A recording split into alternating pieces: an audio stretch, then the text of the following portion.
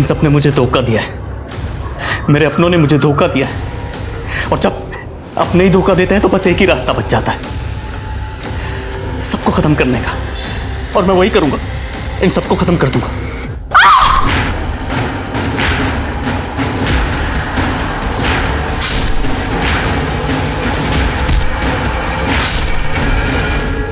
एक आम इंसान को चोरी, हेरा फेरी, मारपीट और मर्डर जैसी बातें ही डरा देती है। एक आम इंसान जितना हो सके खुद को इन सब कामों से दूर रखता है, पर जब एक आम इंसान हवस, लालच, गुस्से और बदले के प्रभाव में आता है तब वो क्रिमिनल बन जाता है।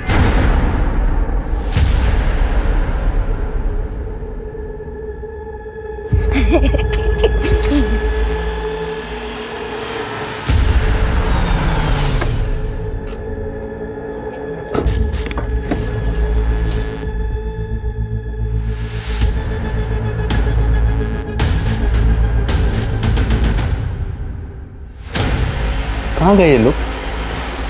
आज तो संडे है, स्कूल भी नहीं होगा।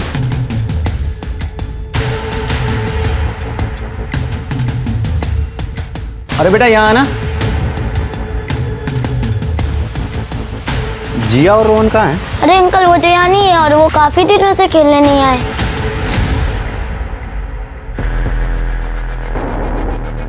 भाभी कैसे हो? अरे विवेक, तुम तो अगले महीने आने वाले थे ना? हाँ, वो जिया का बर्थडे आ रहा था ना, तो उसने बहुत जिद की थी, तो इसीलिए सोचा कि उसे सरप्राइज दे दूं। सपना और बच्चे नहीं दिखाई दे रहे, मुझे लगा आपके यहाँ आए होंगे। क्या हुआ भाभी? विवेक, जब तुम यहाँ नहीं होते हो तो सपना बच्चों को लेके मायके चली जाती। मायके? अपने पेरेंट्स के यहाँ निर्वारी में? सपना तो और कब से? ये 1-1.5 साल हो गया है। अब विवेक, सपना को कुछ मत बोलना कि मैंने तुम्हें सब कुछ बताया है। भाभी जी पत्ता गोभी कितना कर दूं? आप आधा किलो कर दीजिए। ये डालिए। हाँ, और भिंडी भी ले लीजिए ना भाभी जी। नहीं, भिंडी पसंद नहीं मुझे। अरे भाभी जी आपको तो पसंद है ना, आधा किलो भिंडी दे देता हूँ आपको, ताजी ताजी भिंडी है। हाँ? तुझे नहीं बोला ना भिंडी। और ये क्या भाभी जी करता है तू? साले अब मर्दों से बात करने में तेरी जबान टेढ़ी हो जाती है। हाँ भैया वो क्या है ना कि मैं बसी हुई, सॉरी। गगन जी जाने दीजिए ना कहीं। और आज तो मैं तेरी ऐसी हालत करूंगा कि किसी से बात करने लायक नहीं छोड़ूंगा। भैया भैया जाने दीजिए गगन जी। क्या रे? इतना क्या? हाँ इतना क्या पक्ष ले रही तू उसका? यार लगता है तेरा, यार लगता है। सॉरी भैया, यार लगता है तेरा। भैया सॉरी। चुप।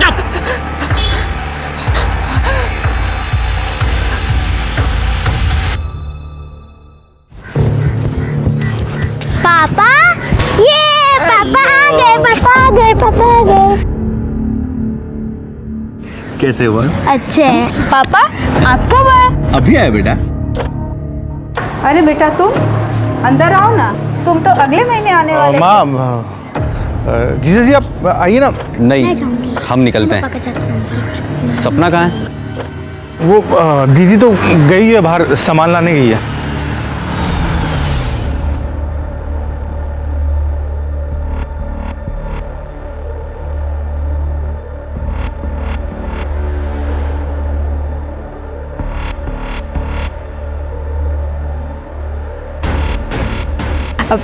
विवेक तुम यहाँ? थोड़ा सरप्राइज। विवेक कैसे हो? सरप्राइज तो तुमने दिया है मुझे। इतनी तैयार होकर कहाँ गई थी? किसके साथ घूम रही थी? कौन था वो? वो तो यही हमारे नेबर हैं, अभी शिफ्ट हुए हैं। पापा के लिए दवाई लेने गई थी तो वो मिल गए रास्ते में और लिफ्ट दे दी। दवा लेने? इतने तैयार होकर? दवा कहाँ है? कहाँ है दवा? वो थी नहीं, आउट ऑफ स्टॉक थी। अभी थोड़ी देर में फिर से जाना है लेने, ऑर्डर दे दिया है। तैयार? अरे ये तो निर्मल, तुम्हें बताना चाहिए था ना विवेक को कि हम तुम्हें प्रमोशन मिला और लंच पर गए थे। कौन बताएगा? हाँ मुझे प्रमोशन मिला जीजा जी, अब पता होता आप आ रहे तो हम डिनर पे चलते ना साथ में। अरे बेटा अंदर चलो, बाहर बहुत मच्छर है, आ जाओ। नहीं, चलिए हम चलेंगे। चलो जिया, चलो बेटा। अरे ऐसा कोई मारता है किसी को सरेआम? लोगों ने फोन करके मुझे बताया। अरे भाई साहब, आपके घर की बहू है मेरी भांजी। इसकी कोई इज्जत है कि नहीं इस घर में? आपको आपके बहू के साथ कोई स्टे नहीं है? भाई साहब, मैंने अपनी बच्ची को इस घर में इसलिए दिया था कि इस घर में वो राज करेगी, खुश रहेगी, लेकिन आपका बेटा तो कभी भी इसके ऊपर हाथ उठा देता है। बंसी भाई साहब, गगन का गुस्सा तो आप जानते ही है ना। उसने आज दवाई नहीं ली थी। आप चिंता मत कीजिए भाई साहब, आज मैं उसे खूब डांटूंगा। अरे अब डांटने से क्या होगा भाई साहब, बचपन में उसे डांटा होता ना तो आज ये नौबत नहीं आती। ओ मामा जी, बहुत हो गया अब। हाँ, ये बेटी आपकी शादी से पहले थी, अब ये हमारी बीवी है। हम जो चाहे वो करें, और पति पत्नी के बीच बोलना अच्छी बात नहीं होती है। तूने शिकायत किया क्या? नहीं। Shut up! दूर हट जा बहू से। गगन बेटा, तूने आज दवाई नहीं ली थी। ये दवाई ले। बहू, इसे अंदर ले जाओ बेटा। जाओ गगन।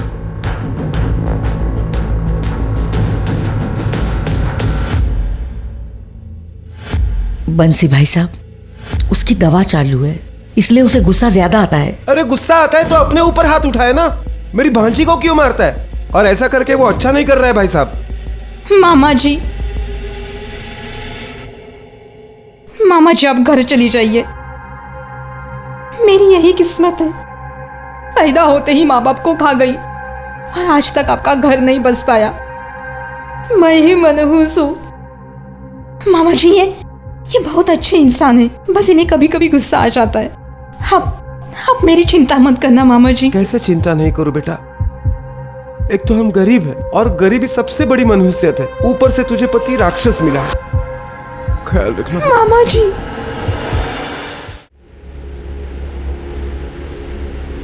मुझे मेरे घर वालों के सामने विलन बना दिया, और खुद ने क्या किया? अपने मायके वालों से सुलह कर ली। हाँ यार, तुझे बताया नहीं, तुझसे पूछा तक नहीं। 15 साल से मैंने अपने माँ बाप का मुंह नहीं देखा, और उसने क्या किया? 1.5 साल से अपने मायके में घूम रही है मुझे बिना बताए, और भी पता नहीं मेरे पीछे से क्या क्या करती होगी। सोच, मैं दुबई से इतनी अच्छी जॉब छोड़ के क्यों आया था? मुझे पता लगा कि मेरी बीवी को मुंह मारने की गंदी आदत लग गई थी। अरे इनको अकेला क्या छोड़ दो, आजादी के नाम पे मुंह काला करती फिरती है। मुझे भी यही लगता है साथ भाई, इनके लिए वहां से इतने पैसे भेजता हूँ, अकाउंट एकदम खाली का खाली। मेरे कुछ समझ में नहीं आ रहा साथ भाई, इनके लिए इनसे इतनी दूर रह के, इतनी मेहनत करके इनके लिए पैसे कमा के भेजता हूँ, और ये क्या करती है? अपने मायके वालों पे उड़ा देती है। आज भी जिया का बर्थडे उसने अपने मायके में प्लान किया, मैंने मना किया तो बोलती है पहले से अरेंज था जी।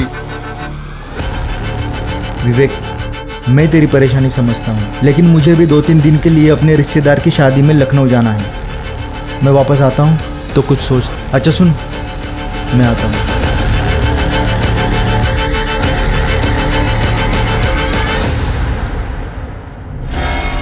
सॉरी भाभी, गलती से लग गया ऐसे। सब समझती हूँ मैं, तुम्हारी गलती और हाथ लगाना पहली बार नहीं है ये साथ। मुझसे दूर रहो, नहीं तो क्या? नहीं तो विवेक को सब कुछ बता दूंगी। ओहो, पति आ गया तो अब तेवर दिखा रही हो। बोलना मत, हो जाएगा भी। वैसे मैं हूँ ऑलवेज एट योर सर्विस।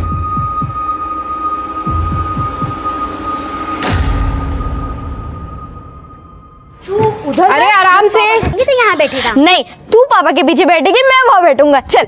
अरे रोहन, जिया को बैठने दो आगे, उसका बर्थडे है ना। चलो चलो बेटा, चलो चलो अंदर। पैर संभाल के, पैर संभाल के। विवेक, कुछ बोलना था तुम्हें। बोलो। साथ इससे दूरी रहा करो, कमीना आदमी है वो बहुत। क्यों? जो तेरे खिलाफ बोले वो कमीना हो जाता है। पहले तो तू अपने मायके वालों को भी कमीना कहती थी। मेरा एक दोस्त ही तो बचा है, उसे तो रहने दे। अब चलो।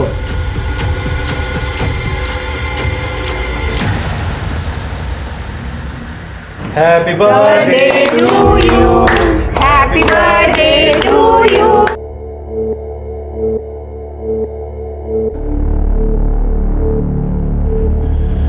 एक मिनट भैया, एक मिनट।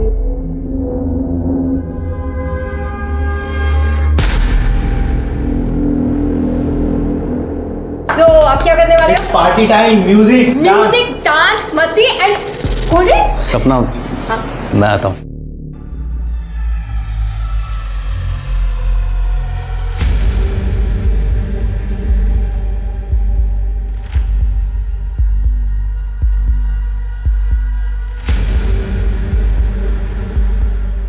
हेलो फ्रेंड्स, पता नहीं आप लोगों में से सच में मेरा कोई दोस्त है भी या नहीं, जिसे 15 साल से अपना समझा उसी ने मुझे धोखा दे दिया। मुझे मेरे अपनों ने धोखा दिया है, मुझे मेरी पत्नी ने धोखा दिया है। उसने कहा था हम दोनों एक दूसरे के हैं, बस। तो फिर क्या किया उसने? मेरे पीछे से सब। पर अब मैं चुप नहीं बैठूंगा। सुंदर है तो इसका मतलब ये नहीं कि वो मुझसे खिलौने की तरह खेलेगी। मैं यहां बैठ के रो रहा हूं, लोग क्या कर रहे हैं? मेरी बेवकूफी का जश्न मना दिखाता हूं मैं आप लोगों को।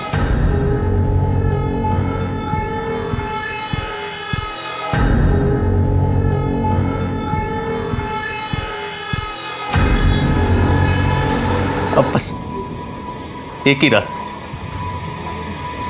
इन सबको खत्म करने का, और मैं वही करूंगा।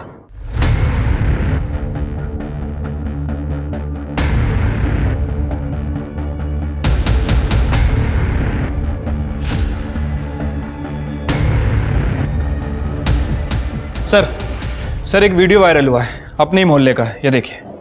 मुझे मेरे अपनों ने धोखा दिया है, मुझे मेरी पत्नी ने धोखा दिया है।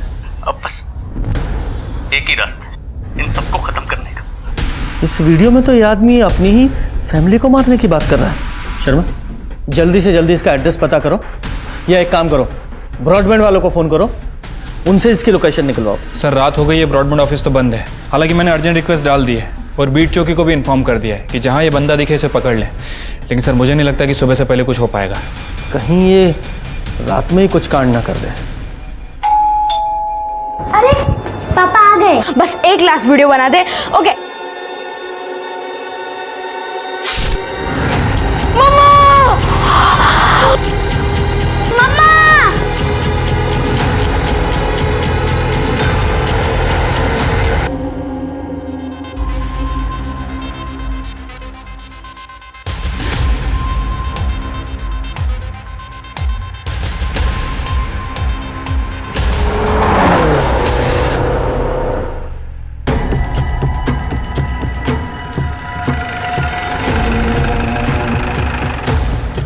सर यहीं से आईपी एड्रेस जनरेट हुआ था और मुझे लगता है सर कि वीडियो भी यहीं बनाया होगा, क्योंकि बैकग्राउंड भी ऑलमोस्ट सेम ही है।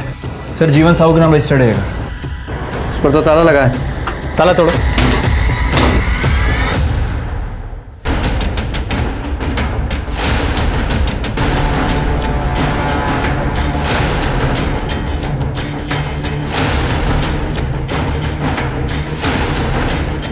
लगता है सर इस तकिए से इसका दम घोट के मारा गया है।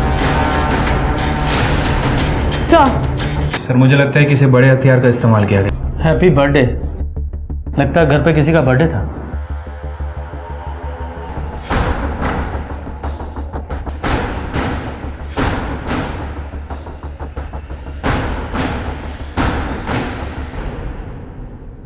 ओह माय गॉड, बच्चे को कितनी बुरी तरीके से मारा है, पूरा सर फोड़ दिया। एक बाप अपनी बेटी को इस तरह से कैसे मार सकता है? शर्मा, पूरे घर की तलाशी लो, देखो कोई मर्डर वेपन मिलता है क्या। सर पूरा घर अच्छे से चेक किया सर, मोस्टली चीज़ें एज इट इज़ है। मुझे लगता है कि ये काम उस वीडियो वाले का ही है। हमने पता किया है, विवेक नाम है उसका। सर ये रॉड मिली है और इसमें थोड़ा ब्लड भी है। बॉडीज के पास भी ज़्यादा ब्लड नहीं है और घर भी ऑलमोस्ट साफ़ ही है, ज़रा सी भी धूल नहीं है। इस विवेक कुमार ने ये सब कुछ बहुत प्लानिंग के साथ किया है। अगर उसकी वीडियो में पहले मिल जाती तो ये सब कुछ नहीं होता। इस क्राइम को हम रोक सकते थे।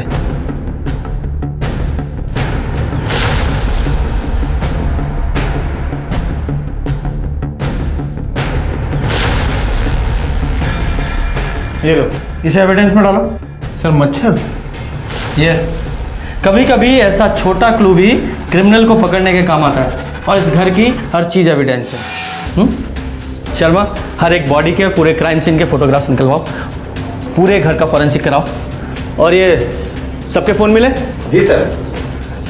पूजा, सारे फ़ोन्स को फॉरेंसिक में भेजो, पता लगाओ कि विवेक का नंबर उसमें है या नहीं। ज़रूर होगा, उसे ट्रैकिंग पे डालो।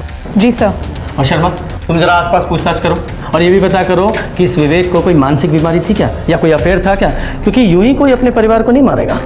Right sir.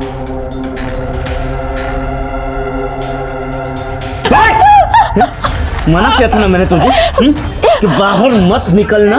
क्यों गई? वो किराने वाला याद रखता तेरा? हाँ? खत्म हो गया था, बाबा मुझे पूजा कर रहे थे और हम सो रहे थे, मैं इसीलिए चले गए। जब एक बार मैंने किसी चीज के लिए मना कर दिया तो वो पत्थर की लकीरें समझा कर। गगन, गगन, गगन, गगन, अरे हट जा माँ। अरे ये नालायक ऐसे नहीं मारेगा।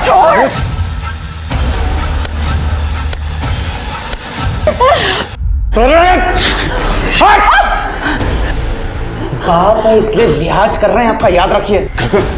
किसी को मारने में हम जरा नहीं सोचते।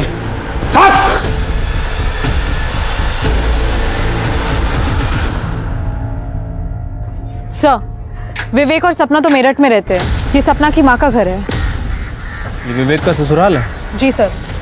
इन लोगों की फैमिली में और भी कोई मेंबर है? गीता और जीवन का एक बेटा भी है, निर्मल, और वो गाजियाबाद में रहता है। गाजियाबाद?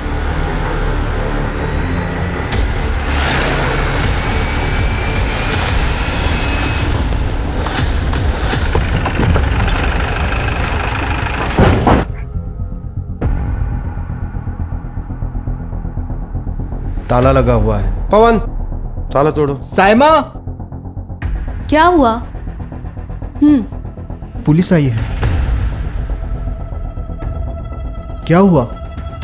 विवेक, भाभी, बच्चे सब ठीक है ना? आप लोग कौन है? सर, साहद कुरैशी, ये मेरी बेगम साइमा कुरैशी। सर, विवेक का दोस्त हूँ। दोस्त क्या सर, फैमिली ही समझ लीजिए। तो आप लोगों को तो पता होगा कि विवेक कहाँ है। मैडम, हुआ क्या है? कुछ तो बताइए, हमें डर लग रहा है। ये आपके दोस्त विवेक ने 4 तारीख को एक वीडियो बनाया था, ये देखिए। मुझे मेरे अपनों ने धोखा दिया है, मुझे मेरी पत्नी ने धोखा दिया है। अब बस एक ही रास्ता है इन सबको खत्म करने का। ये विवेक किस धोखे की बात कर रहा है जानते हैं आप लोग? सर, हम 4 तारीख को अपने रिश्तेदार की शादी में गए थे लखनऊ। बस थोड़ी देर पहले ही लौटे हैं सर। कुछ तो पता होगा ना आप लोगों को। फैमिली फ्रेंड्स थे आप? मैम, विवेक बहुत परेशान रहता था।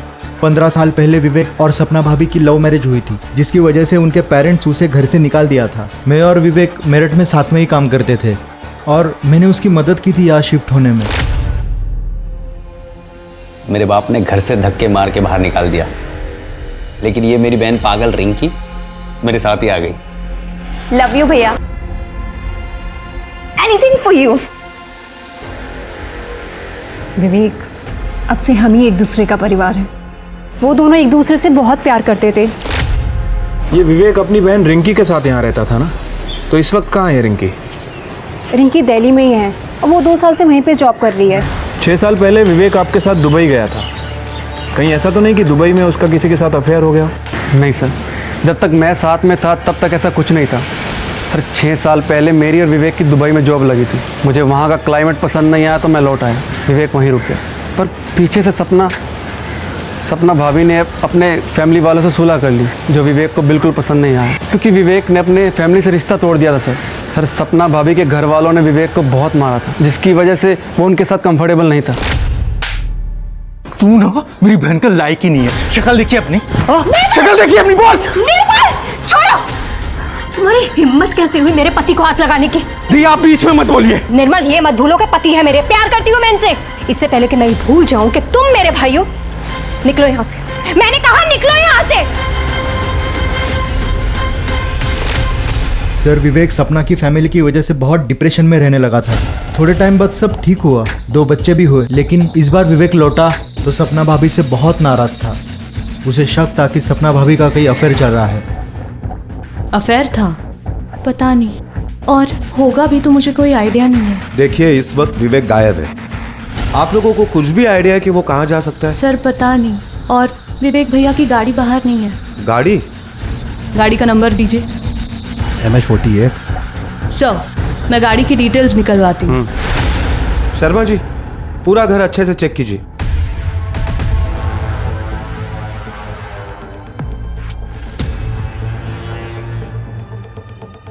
सर, अंदर ये लैपटॉप मिला है, लेकिन इसमें पासवर्ड लगा है सर। पासवर्ड है? जी सर, इसे मैं खोल सकता हूँ, मैं एक इंजीनियर हूँ। आप इसे 2-3 घंटे मेरे पास रहने दीजिए। 2-3 घंटे? हमारी IT टीम इसे 15 मिनट में खोल देगी। एविडेंस ऐसे ही नहीं दे सकते किसी को। चलो।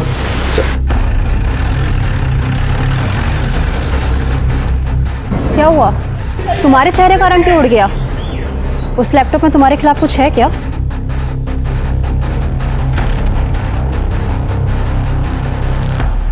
अरे कोई चाय पिलाओ। सर ज़्यादा चाय नहीं पीना चाहिए, एसिडिटी हो जाती है। शर्मा, एक चाय का सुख है, वो भी मत लेने दो तुम। अच्छा ये बताओ, विवेक के घर कुछ मिला? सर वो विवेक के घर उसका लैपटॉप मिला है। हमारी IT टीम उसे चेक कर रही है, हो सकता है शायद उसमें कुछ मिल जाए। तो ये विवेक इस बात से नाराज था कि उसकी पत्नी ने अपने मायके वालों से सुलह कर लिया। राइट सर, और इसी वजह से विवेक सपना पर शक भी करने लगा था। सर, मैंने विवेक का फोन और गाड़ी की लोकेशन ट्रैक की है। विवेक की फोन की लोकेशन गाजियाबाद की तरफ ट्रैवल करते हुए दिखाई दे रही थी। सर मैंने ट्रैफिक कैमरास भी चेक किए, ये रही उसकी फुटेज। सर ये देखिए, लेकिन सर सन गार्ड डाउन होने की वजह से विवेक का फेस नहीं दिखाई दे रहा है। लेकिन सर ये विवेक ही है, ये देखिए, उसके सोशल मीडिया पे मैंने चेक किया था। ये फोटो में विवेक ने एग्जैक्टली सेम शर्ट पहनी है जो यहाँ पे दिख रही है। सर विवेक की गाड़ी गाजियाबाद की तरफ जा रही है, और गाजियाबाद में सपना का भाई निर्मल भी रहता है, और ये निर्मल ने विवेक के ऊपर हमला किया था। कहीं ऐसा तो नहीं कि ये विवेक निर्मल को मारने के लिए गाजियाबाद जा रहा हो? शर्मा, ये गाजियाबाद पुलिस को इन्फॉर्म करो, और ये पर्सनली निर्मल को भी इन्फॉर्म करो। Right sir. और पूजा, तुम ट्रैफिक पुलिस से कोऑर्डिनेट करके ये विवेक की गाड़ी को ट्रैप कराओ। जी सर।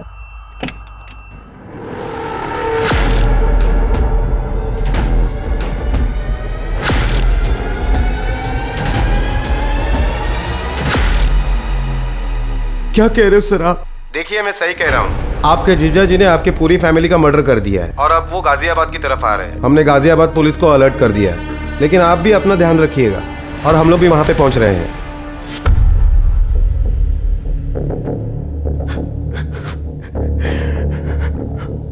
क्या हुआ?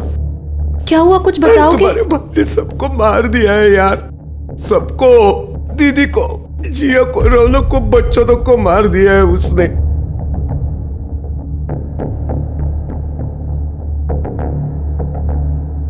कहीं भैया को पता तो नहीं चल गया हमारी शादी के बारे में? कहीं भाभी ने उन्हें सच तो नहीं बता दिया? अरे सच बता भी दिया होता तो कोई कैसे मारता है अपने परिवार को? पुलिस वाले बोल रहे हैं कि हमारी जान को खतरा है, वो कभी भी आ सकते हैं यहाँ पे। तुम एक काम,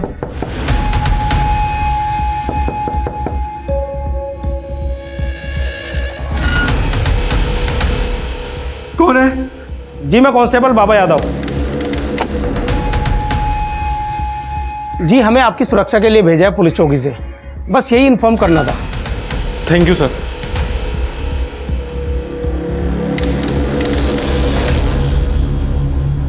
सर, जिस समय ये मर्डर मिस्ट्री हुई उस समय सपना का फोन ऑन था, और उसमें क्राइम सीन का सारा ऑडियो रिकॉर्ड हो गया। ये IT वालों ने दिया है। वेरी गुड, ठीक है।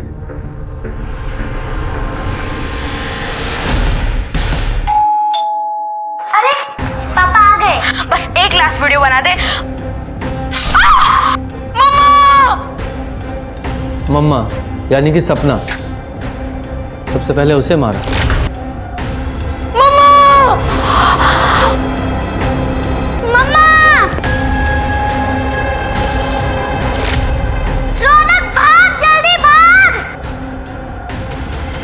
मतलब बच्चे डर कर भाग रहे थे? नहीं, प्लीज मुझे माफ कर दो।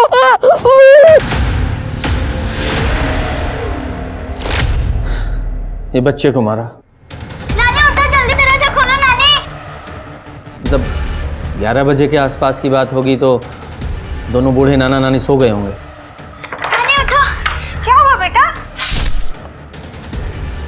नानी को भी मार दिया। नानी उठो, नानी उठो, क्या हुआ बेटा?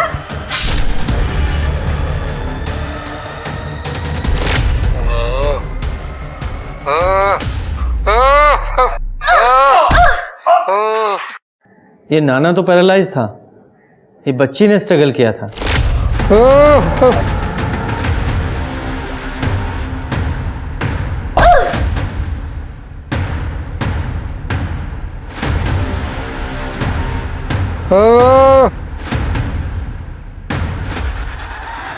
नहीं, मुझे छोड़ो, मुझे छोड़ो।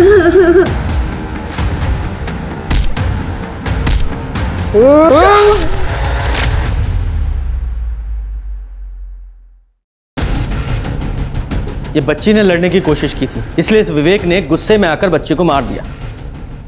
लेकिन ये बात मुझे बिल्कुल भी समझ में नहीं आ रही है कि एक बाप अपनी बेटी को कैसे ऐसे मार सकता है, इतनी बेरहमी से। शर्मा, एक काम करो, इस विवेक के सारे फोटोग्राफ्स पूरी मीडिया में और सारे पुलिस स्टेशन में सर्कुलेट करो। ये बचना नहीं चाहिए। और तुम दोनों गाजियाबाद के लिए निकलो। Right sir. एक बार ये विवेक हाथ लग जाए, छोड़ूंगा नहीं इसे। मुझे अभी भी एक बात समझ नहीं आ रही है कि आखिर आप लोगों ने अपनी शादी की बात छुपाई क्यों? भैया निर्मल और उसकी फैमिली से नफरत करते थे, पर हमारा जॉब एक ही ऑफिस में लग गया था। वी फेल इन लव, हमने शादी की, पर सपना भाभी के अलावा ये सच किसी को नहीं पता था। लेकिन विवेक को ये बात पता चल गई। भैया को शक हो गया था कि भाभी ने सारे पैसे कहीं उड़ा दिए और उनका किसी के साथ अफेयर है। दीदी के मुंह से निकल गया था एक्चुअली। मायके वाला पड़ोसी यहां तक आ गया? कौन था वो? क्या दे रही थी तुम उसको? वो विवेक, मैंने उससे कुछ पैसे उधार लिए थे, बस वही वापस। तुम, मैं सुंदर नहीं हूं, इसीलिए तुम उस हैंडसम लड़के के साथ चक्कर चला रही हो ना? अफेयर चल रहा है ना तुम्हारा? तुम छोड़ने वाली हो ना मुझे? नहीं विवेक, ऐसी कोई भी बात नहीं है। मैंने बस उससे पैसे उधार लिए और कुछ भी नहीं। बकवास। मैं तुम्हें अच्छे पैसे भेजता हूं, फिर तुमको उधार लेने की क्या जरूरत पड़ी? हैं? कैसे भरोसा करूं मैं तुम पे? वो मुझे निर्मल की शादी के लिए पैसे उधार लेने पड़े। निर्मल ने शादी कर ली? हाँ, वो भी घर वालों से छुप कर। लड़की दूसरी कास्ट की है, हमारी तरह बिल्कुल सेम। उसने मुझसे हेल्प मांगी और बस मैंने उसकी हेल्प कर दी, और कुछ भी नहीं। जिस लड़के ने मुझे मारा, तुमने उसकी हेल्प की, पैसे बर्बाद कर दिए मेरे तुमने। और फिर जीजा जी अगले दिन मेरे घर पे आ गए, पर थैंकफुली रिंकी यहाँ पे नहीं थी, वो अपने ऑफिस के ट्रिप पे बाहर गई हुई थी। जीजा जी चाय पीजिए ना। अरे भाई, कब तक खुद चाय बनाते रहोगे? शादी वादी कर लो। बस थोड़ा सेटल हो जाऊं तो फिर शादी करूंगा। सेटल नहीं हुए अभी तक? तेरी बहन तो बोल रही थी कि उसने शादी के लिए पैसे दिए तुझे, तूने शादी कर ली। क्या? आपने क्यों बताया कि मेरी शादी की बात उनको क्यों बताई? उन्होंने मुझे जतिन के साथ देख लिया था, उस टाइम कुछ समझ भी नहीं आया और मैंने ये बोल दिया। तुम्हारी बहन ने वो सारे पैसे कहाँ खर्च किए थे कुछ पता है? जीजा जी दीदी को बहुत पैसे भेजते थे, बाद में उनको लगा कि घर पे बैठने से अच्छा है कि किसी कंपनी में इन्वेस्ट कर दे, लेकिन वो कंपनी तो फ्रॉड निकली। और जतिन सर वो आदमी है जिससे दीदी ने पैसे उधार लिए थे। बाद में जतिन दीदी को परेशान करने लगा और दीदी ने जीजा जी के सारे भेजे हुए पैसे जतिन को देने लगी, लेकिन वो इसी वजह से मिल रहे थे, उनके बीच कोई अफेयर नहीं था सर। मतलब विवेक को पूरी बात पता नहीं थी? दीदी ने बताया जीजा जी को, लेकिन उनको विश्वास ही नहीं हुआ और इस वजह से जिया की बर्थडे पार्टी पे वो नाराज ही थे। डांस, मस्ती एंड कोल्ड ड्रिंक्स। सपना, मैं आता हूँ। अच्छा, आप दोनों बर्थडे पार्टी में गए थे? हाँ सर, पर एज अ हस्बैंड वाइफ नहीं। मैं उसी दिन वापस आ गया था और रिंकी नेक्स्ट डे वापस आई थी। मतलब रिंकी, आपके भाई ने वहाँ से आपका निकलने का इंतज़ार किया और उसके बाद उसने सारी फैमिली का मर्डर कर दिया। आपका भाई इस तरह की मानसिक स्थिति से गुजर रहा था, आपको थोड़ा भी अंदाज़ा नहीं हुआ? मैं तो सोच भी नहीं सकती कि भैया ऐसा कर सकते थे, पर वो सबसे बहुत नाराज थे और मुझे लग रहा था कि मैं सब ठीक कर दूंगी, फैमिली से सुलह करा दूंगी। फैमिली से सुलह मतलब? एक दिन मैंने भैया को उनके घर से पिक किया था, हम दोनों सोनीपत गए थे अपने पेरेंट्स से मिलने। मैं चाह रही थी कि जब भाभी अपनी फैमिली के पास है तो भैया अकेले क्यों रहे। सोनीपत में सब कुछ ठीक था? हाँ सर, पहले नाराजगी थी, फिर सब ठीक हो गया था। सोनीपत का एड्रेस दीजिए। हमने जतिन से बात की है सर। जतिन और सपना का कोई खास कनेक्शन नहीं था, बस जतिन ने सपना से कुछ पैसे उधार ले रखे थे। इसका मतलब विवेक का अपनी पत्नी पर शक बेबुनियाद था। Right sir. सर, विवेक का लैपटॉप अनलॉक हो गया। सर, ये देखिए, इसमें एक वीडियो भी है, ऑन करो। साथ सही कहता है, औरतों को अकेला नहीं छोड़ना चाहिए। मेरी बीवी मेरी नहीं रही, सब कुछ बर्बाद कर दिया उसने वो सब कुछ किया जो मैं सपने में भी नहीं सोच सकता था। ऊपर से कहती है साथ उस पे हाथ डालता है। मैं सुंदर नहीं हूं ना, इसीलिए ये सब कुछ हो रहा है। शादी करना गुनाह है क्या? इसका मतलब इस साध ने हमसे झूठ बोला है। उठाओ इसे। तूने सपना पे हाथ डाला था ना? तूने और विवेक ने मिलकर सबको मारने का प्लान बनाया था ना, और बाद में उसे भगा दिया।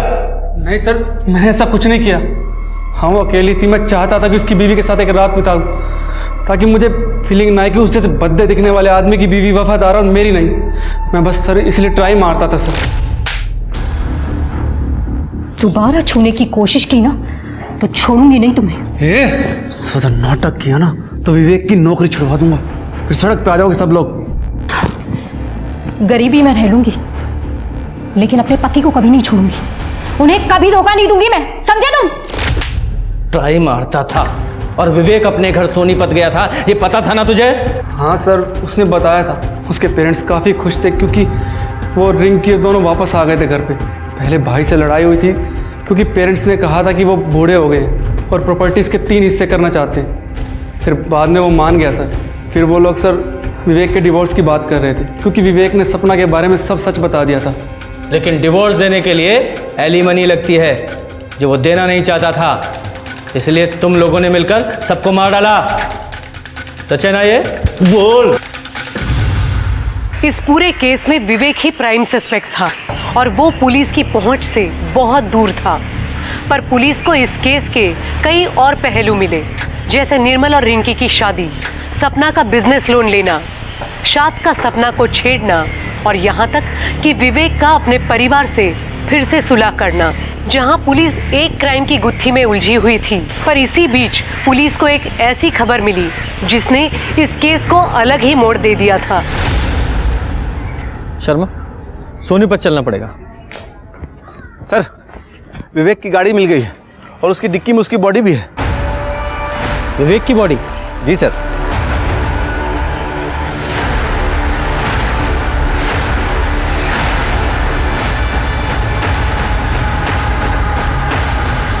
सर, कार में ये फ़ोन मिला है, बैटरी डेड है इसकी। ठीक है, सबको फोरेंसिक लैब में भेज दो। जी सर। 5 मर्डर का सस्पेक्ट यहाँ खुद मरा पड़ा है। ये बॉडी देखकर तो ऐसा लगता है कि मरे हुए भी 2-3 दिन हो चुके हैं इसे। सर, मुझे लगता है कि कोई इसका हमशक्ल है जिसने इसकी पूरी फैमिली का मर्डर किया और उसके बाद मौका पाते ही विवेक का मर्डर कर दिया। लेकिन एक बात समझ में नहीं आ रही है कि किसी और ने उस बच्ची को इतनी बेरहमी से क्यों मारा होगा। ठीक है, बॉडी को पोस्टमार्टम के लिए भेजो। जरा आसपास देखो, पता करो कुछ पता चलता है क्या। और इसके फ़ोन को ट्रैकिंग पे डालो और इसकी लोकेशन से पूरी एक्टिविटी पता करो।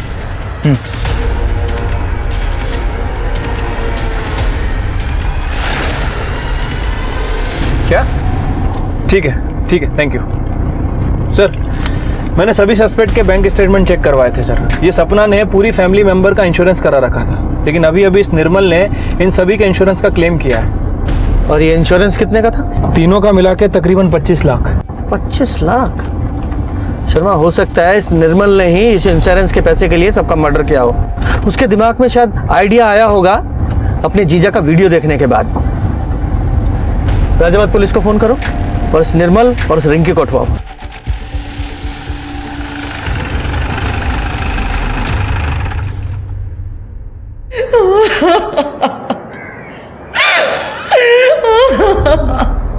हाँ सर, विवेक यहाँ आया था और रिंकी भी।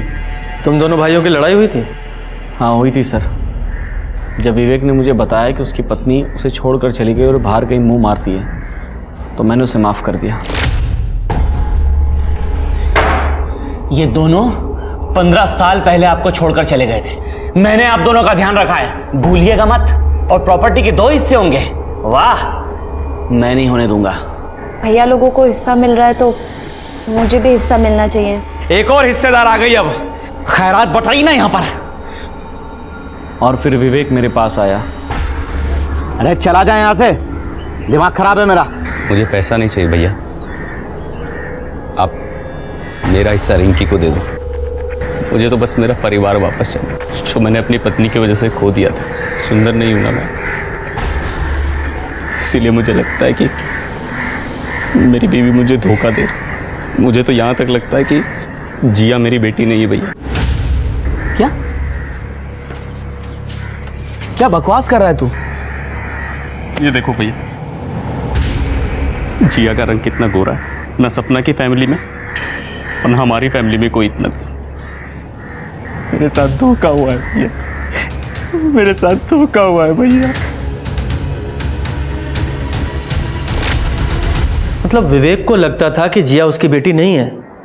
जी शर्मा, ये विवेक और जिया का डीएनए आपस में मैच करा के देखो। ठीक है सर, लेकिन सर सवाल अभी भी वही है, आखिर विवेक को किसने मारा?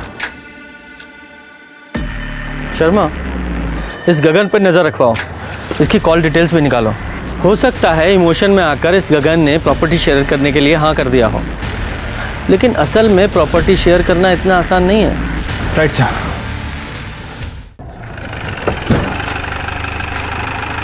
जैन सर, निर्मल और उसकी वाइफ को ले आए।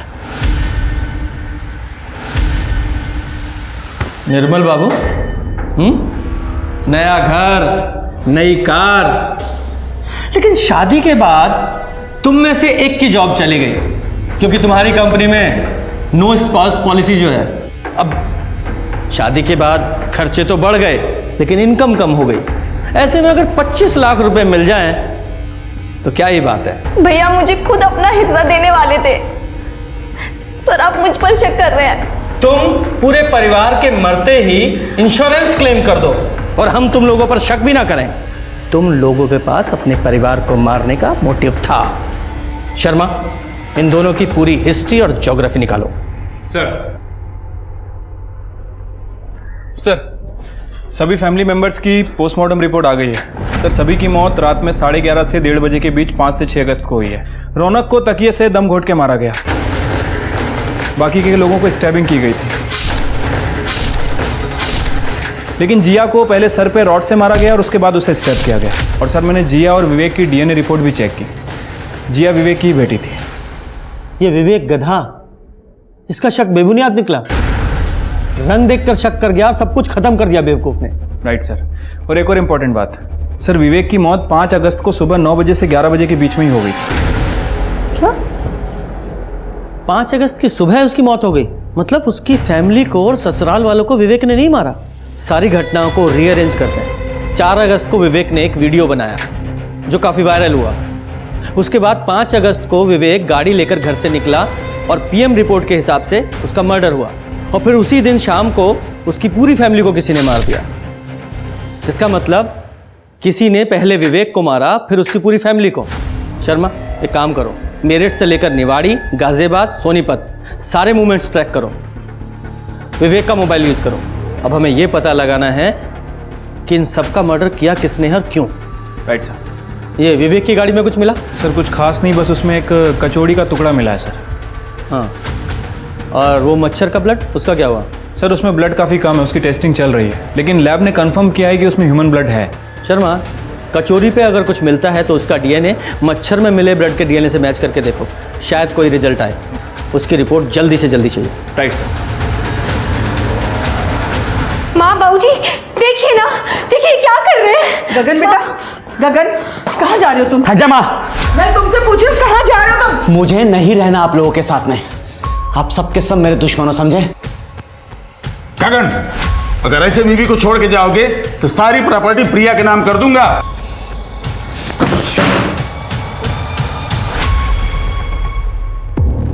सर ये विवेक 5 तारीख की सुबह अपनी कार से निवाड़ी से मेरठ की तरफ निकलता है और उसके बाद इसकी कार उसी रात को निवाड़ी में नजर आती है। तो ये विवेक की कार वापस रात को निवाड़ी में कौन लेकर आया होगा? तुमने निवाड़ी में बाकी जितने लोग थे उनकी मूवमेंट ट्रैक की? हाँ सर, लेकिन निर्मल ने 4 तारीख की रात में ही बर्थडे पार्टी छोड़ दी थी और उसकी बीवी रिंकी 5 तारीख की शाम को गाजियाबाद के लिए निकली थी और उसके बाद निर्मल और रिंकी ये दोनों गाजियाबाद में मिले। एक ऑफिस के सीसीटीवी फुटेज में कंफर्म भी हुआ है। और सर ये विवेक का बड़ा भाई गगन, इसकी कार 5 तारीख की सुबह 5 बजे सोनीपत टोल नाका क्रॉस करती हुई दिख रही है और उसके बाद यही कार अगले दिन सुबह 6 तारीख को वापस आती हुई भी दिखी है। मुझे लगता है कि गगन और विवेक दोनों ने मिलकर सबको मारने का प्लान किया होगा। फिर ये दोनों भाई निकले और गगन के मन में लालच आ गया तो उसने पहले विवेक को मारा और बाकी सब परिवार को भी मार दिया। गगन, हमने तेरे सीडीआर चेक किए हैं, और 24 घंटे में पूरे 40 कॉल्स हुए हैं, वो भी सिर्फ 10-10 सेकंड के। शर्मा जरा बताओ 10 सेकंड्स में आदमी क्या क्या बातें कर सकता है? वो घर पे नहीं है, तुम बाद में कॉल करना। अब सवाल ये है कि वो कॉल किसने रिसीव किए, आपने या फिर आप दोनों में से किसी ने? हाँ, मैंने अटेंड किए थे। उस दिन सारे कॉल्स का जवाब भी मैंने ही दिया था। हाँ सर, ये बिल्कुल सच कह रहे हैं। उस दिन 5 तारीख को पूरा दिन ये घर पर ही थे। थक गई हूँ तुमसे मार खाते खाते। गरीब थी इसलिए मेरे मामा जी ने मेरी शादी तुम जैसे राक्षस से करवा दी, ये सोच कि कम से कम पैसे तो हैं। लेकिन अब इस घर के और दुकान के 3 हिस्से होंगे। क्या आएगा हमारे हिस्से में, बोलो? अरे चुप कर कमीनी, तेरे बाप की प्रॉपर्टी नहीं है, ये समझी? तुम्हारे बाप की तो है ना। क्या मिला मुझे तुमसे शादी करके, बोलो? तू ऐसे नहीं मानेगी। तेरी जबान पे पट्टा आज ही बंद करता हूं आज। यार बाद में बात करता हूं। हाँ मैसेज कर दे। उस दिन मुझे बहुत माइग्रेन था, मैंने दवाई खाई और सो गई। उसके बाद क्या हुआ मुझे कुछ पता नहीं। साजी मुझे फंसाने की कोशिश कर रही है। तेवर नीचे रख। वो नहीं फंसा रही है, तेरी गाड़ी ने तुझे फंसाया है। वो तेरी गाड़ी ट्रैफिक के कैमरा में रजिस्टर हुई है, समझा? सर गाड़ी बाहर खड़ी थी उस दिन, किसी से पूछ लो, वो देख लीजिए बाहर पार्क है। लगता है कोई फंसा रहा है हमें। गाड़ी का कवर निकालो।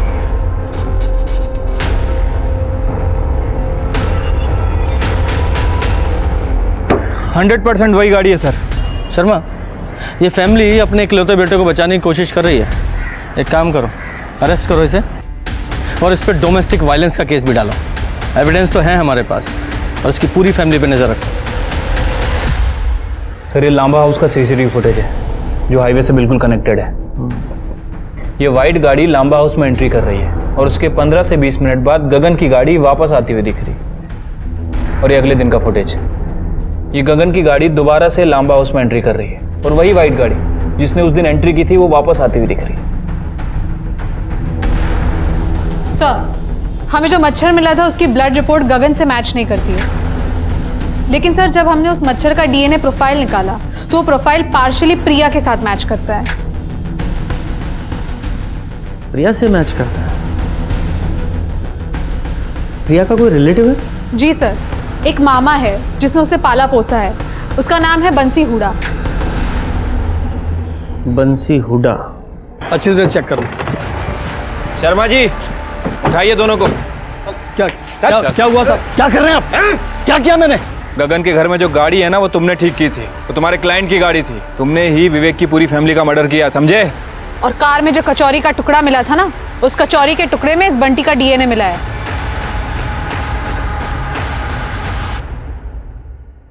बहुत शातिर प्लान बनाया था ना तूने। मर्डर करते वक्त तुझे एक मच्छर ने काटा और तूने उस मच्छर को मार डाला। वो मच्छर हमें मिला और उसमें तेरा ब्लड। अब बोल। बेटा प्रिया, कल के दिन गगन घर से बाहर ना निकले, खासकर गाड़ी ड्राइव ना करे। ठीक है मामा जी।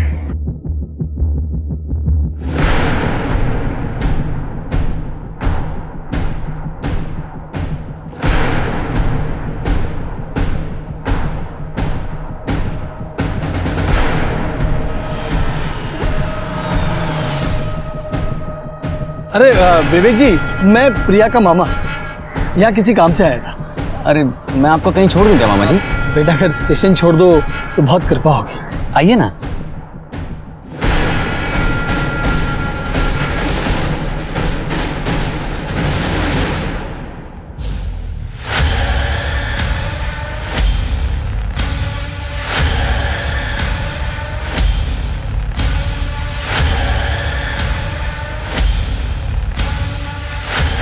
बंटी, सुबह ये गाड़ी लेके निकल जाना और दिल्ली की तरफ जाके डंप कर देना। समझ गया सेठ जी। चल बैठ। पापा आ गए। मम्मा! मम्मा! रौनक भाग, जल्दी भाग!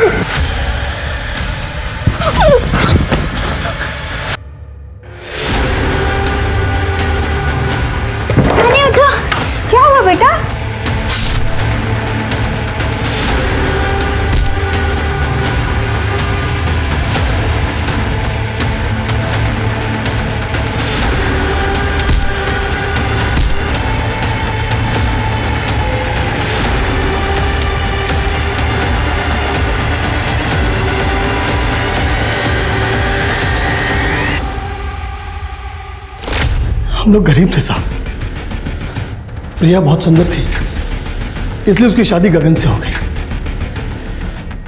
लेकिन गगन सुंदर नहीं था, इसलिए उसको ऐसा लगता था कि कहीं प्रिया उसको छोड़ के न चली जाए, इसलिए उसको बहुत तकलीफ देता था साहब। लेकिन ये लोग पैसे वाले थे, प्रॉपर्टी थी, इसलिए मैंने सोचा कि जाने दो।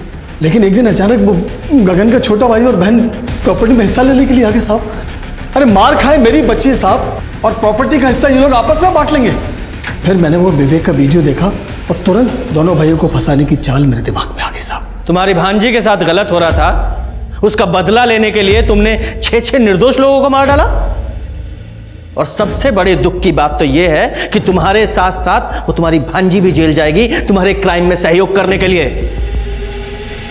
बंसी क्रिमिनल नहीं था, पर गगन के बर्ताव की वजह से अपनी भांजी को सुखी देखने के लिए उसने 6 लोगों को मार दिया।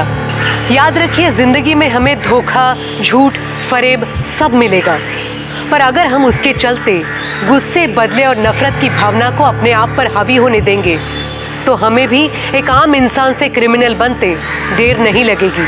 अब मैं सोनाली कुलकर्णी आपसे विदा लेती हूँ। फिर मिलेंगे क्राइम पेट्रोल सतर्क में एक नए केस के साथ। तब तक अपना और अपने परिवार का ख्याल रखिए।